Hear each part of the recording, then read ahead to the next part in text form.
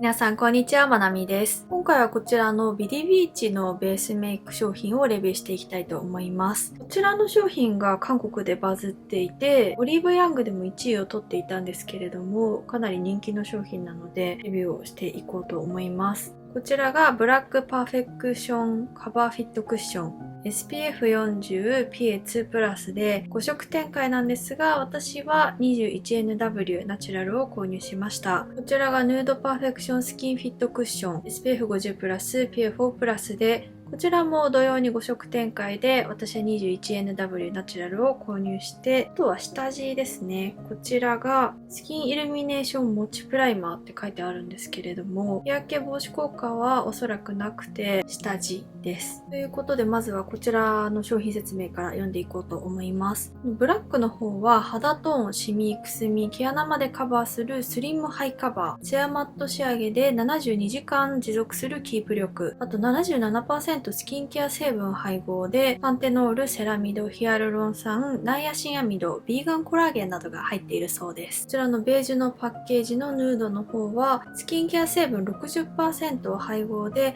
透明感あふれる上品なヌードグロー仕上がり、軽やかなのに隙のないナチュラルカバーで水分をしっかりキープしてメイク崩れを防ぎ24時間持続するそうです。でこちらは超低分子ヒアルロン酸が配合されていたり、ハシのペプチド、グルタチオン、カモミールエキスなどが含まれています。この2つのクッションの比較表が載っていましたが、こんな感じで乾燥肌とか混合肌の方はベージュの方のヌードパーフェクションスキンフィットクッションが合うみたいで、ブラックの方はインナードライの方とか、あとは混合肌の方におすすめということで、ブラックの方がハイカバーって書いてあるんですけど、私が塗った時はそこまでハイカバーな感じはなくて、いつも使っているザーセムのクッションファンデの方がカバー力が高いなって感じたんですけど、もうちょっと量を多めに重ねればよかったのかなと思っていますが、とりあえず2つの差はそんな感じで、こちらの下地が滑らかでもっちりとしたもち肌仕上げと書いてありますが、馴染むとサラッとする感じでした。で、24時間滑らか毛穴カバーで一日中崩れない。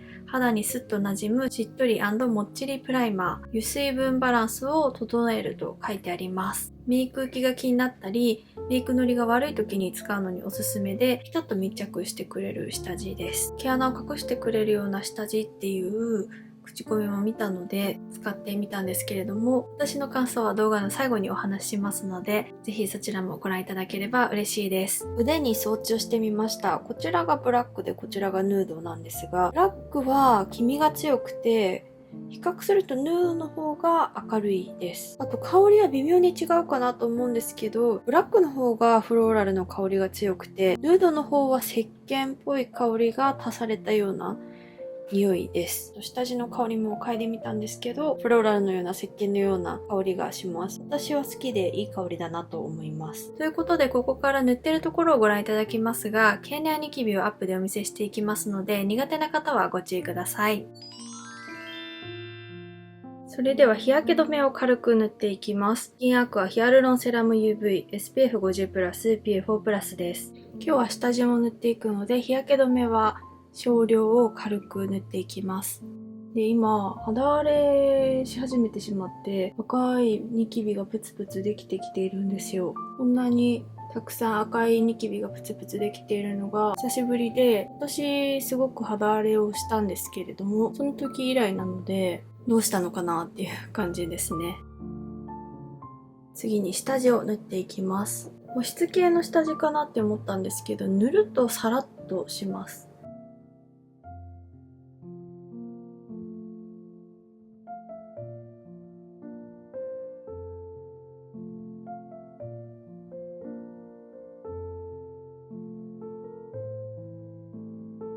それではこちらの韓国で人気がある方をまず先に塗ってみます。パフはこんな雫型で一度取って、蓋でなじませて塗っていきます。なんかカバー力がそこまで一度塗りだと高くないっていうのを口コミで見たんですけど、確かに液が少量ずつついていく感じなので密着力は高いんですけれども、一度だとカバー力は低めです。蓋で調節せずにのせた方が私にはカバー力はちょうどいいかなっていう感じがあります。最近ザ・セムのクッションファンデをよく使っていますが、そちらと比べるとカバー力は低めです。なのでカバー力を足したい部分にもう一度ファンデーションをつけて、うまく薄付きだけどカバーされる感じでつくかなと思います。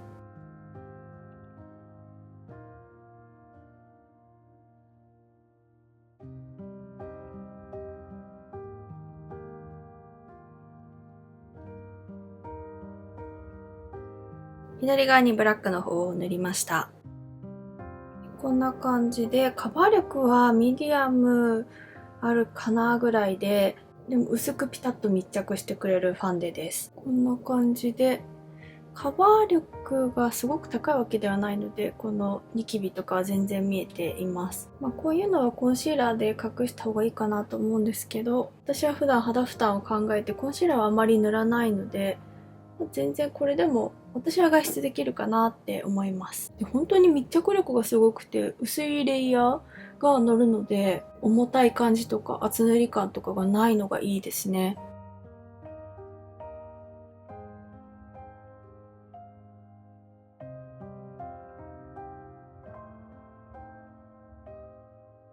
それでは反対側にヌードパーフェクションスキンフィットクッションを塗っていきます。こちらも雫型のパフで、比較すると少し硬めかなと思いますが、裏地がブラックの方より硬いのでそう感じているのかもしれません。こちらはメッシュタイプになっています。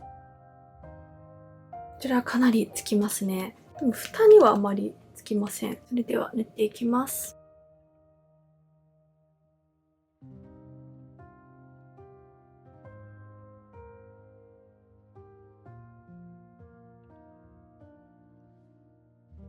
こちらの方がパフにファンデーションが染み込む感じがあって、今一度ティッシュで落としたんですけれども、どんどん中からファンデーションが出てくる感じがあります。で、こちらの方がカバー力は高めかなと思うんですけど、で、ツヤ感は少し強めです。で、私はツヤ感があるものを使うと、ファンデが浮きやすかったり厚塗りになりやすかったりするんですけど、これはそういうことはなく塗れます。下地もいい役割を果たしてくれているなと思うんですけど、この商品のおかげで密着力は上がっていそうです。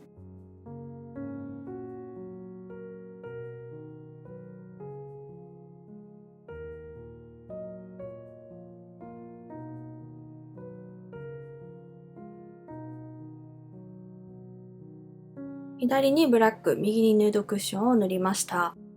で、こう見てみるとこんな感じです。やはりこちらの方がトーンが明るくてカバーもされている印象です。頬と鼻はこんな感じで、こちらの方がカバー力は高いので赤みが見えていないんですけれども、その分こちらは薄付きでピタッと密着っていう印象です。カバー力的にはこちらの方が好きなんですが、ピタッと密着しているのはこちらなので、この後崩れ方を見てどちらが好きかお伝えしますね。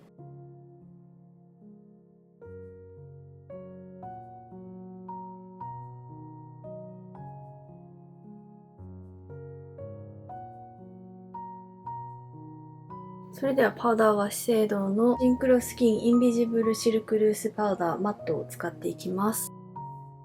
左に塗ったブラックの方は特にパウダーをしなくても外出できそうだなと思ったんですけど、長時間外出する際は鼻とか皮脂の出やすい部分だけパウダーで押さえておけば、あとほんのりしたツヤが残る程度なので、そういう使い方もありかなって思います。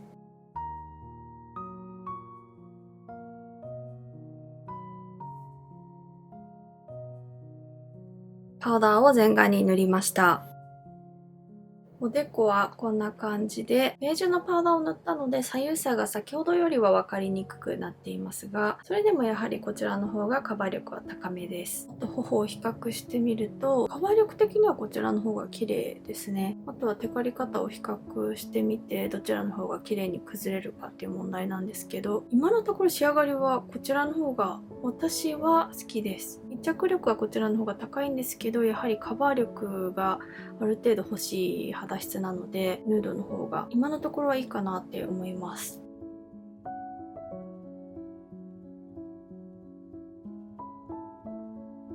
それでは10時間検証をしていきます。こちら4時間後の動画です。おでこは両方ともツヤっとしてきています。頬もツヤっとしてきているんですけど、どちらかというとこちらのブラックの方がこの辺りのツヤ感が強いんですよ。もしかしたらこちらよりマットめな仕上がりだったので、逆に乾燥して皮脂を出そうとしてこの辺りのツヤ感が多いのかもしれないんですけど、意外な結果だなと思います。あんなもう両方テカっているんですけど、ブラックの方がテカり方が強いです。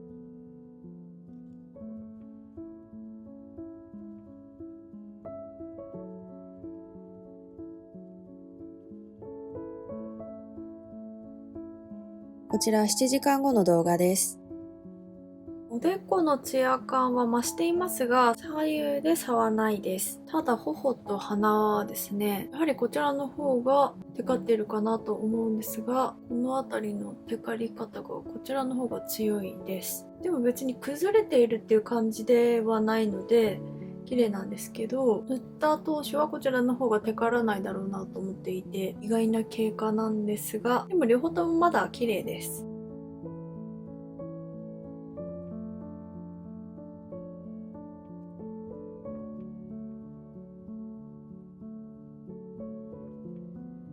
こちら10時間後の動画です。おでこは左右であまり差がなくて変わらないですね。ただ頬はやはりこちらの方がテカリが少ないんですよ。こちらの方がテカっているんですよね。鼻の皮脂もこちらの方が多いので、私にはこの白いヌードの方が合っていました。ただ顎なんですけど、この辺りが少し白くよれている感じはあります。ただ近寄らないと全然わからないぐらいなので、パッと見気にならないんですけど、白いです。ちょっと手で鳴らしてみます。手で触ったらカバー力は下がりますが、白いのはあまり気にならなくなりました。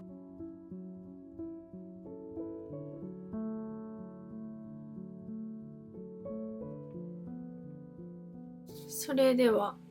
ティッシュオフをしてパウダーを塗り直してみます。で両方ともダークニングがないので、特にこちらはもともと明るいんですけれども、この明るさが保たれるのがいいなと思いました。皮脂が出ていても暗くならないので、冬に長時間つけていても綺麗に保たれます。でパウダーを重ねると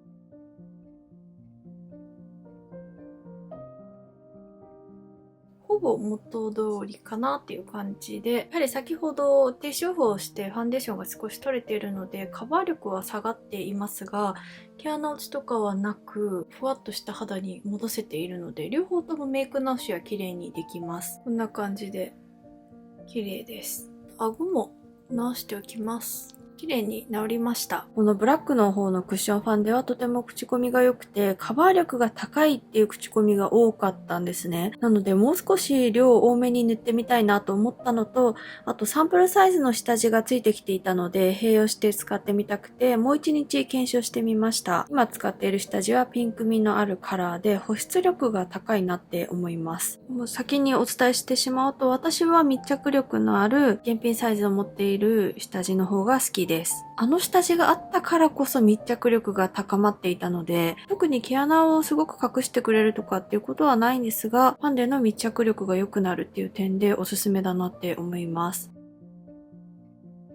で、ブラックのクッションファンデを量を多めに塗っていきました。蓋でファンデーションの量を調節することなく、そのまま肌の上に乗せていったんですけれども、確かにカバー力は高くなったんですが、下地のせいっていうのもあるかもしれないんですけど、密着力はそこまでなくなってしまったなって感じたのと、あとやっぱりいつも使っているザーセムの方が単品使いでも密着してくれてカバー力も高いので、比較したらザーセムの方が好きかなって思ったので、これがベストっていう感じではないなって正直思いました。でも薄く塗った日よりもカバー力は高くなって、この日はお出かけをしたんですが、しっかりメイクっていう感じでベースメイクを塗ることができたので、その点は綺麗だなって思います。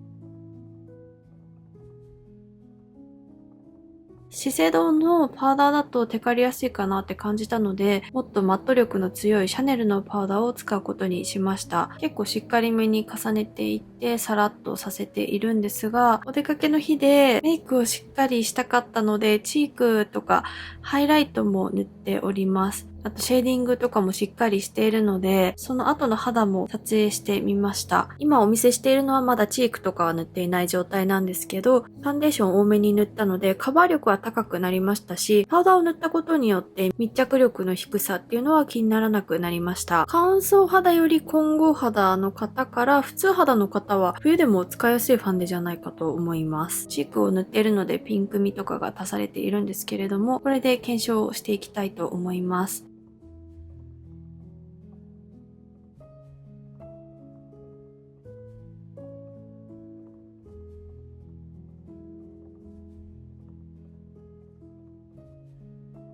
こちらは10時間後の動画です。